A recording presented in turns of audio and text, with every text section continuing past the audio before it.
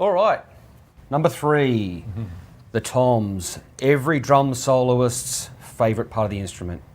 Personally, not a big fan of drum solos, but you know, they have their place. Chris, how do you treat the toms? Typically, again, tuning is very important. And with these 98 Shure 98 microphones, you'll notice that they have a flexible section here. And I tend to make sure that I point the microphone down rather than do it like this, because it picks up in a cardioid manner. A cardioid's a bit like a giant kidney shape, I suppose.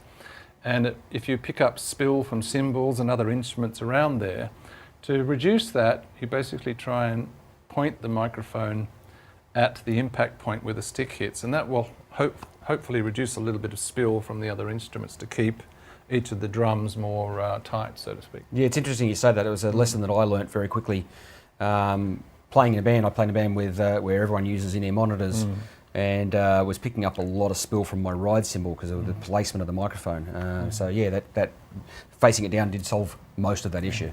And typically a condenser microphone does have a higher frequency range than a dynamic microphone as well, so you'll be picking up a lot more spill with cymbals, etc., if your microphone focus isn't quite where it needs to be. So good to know. Thanks for that. Yeah.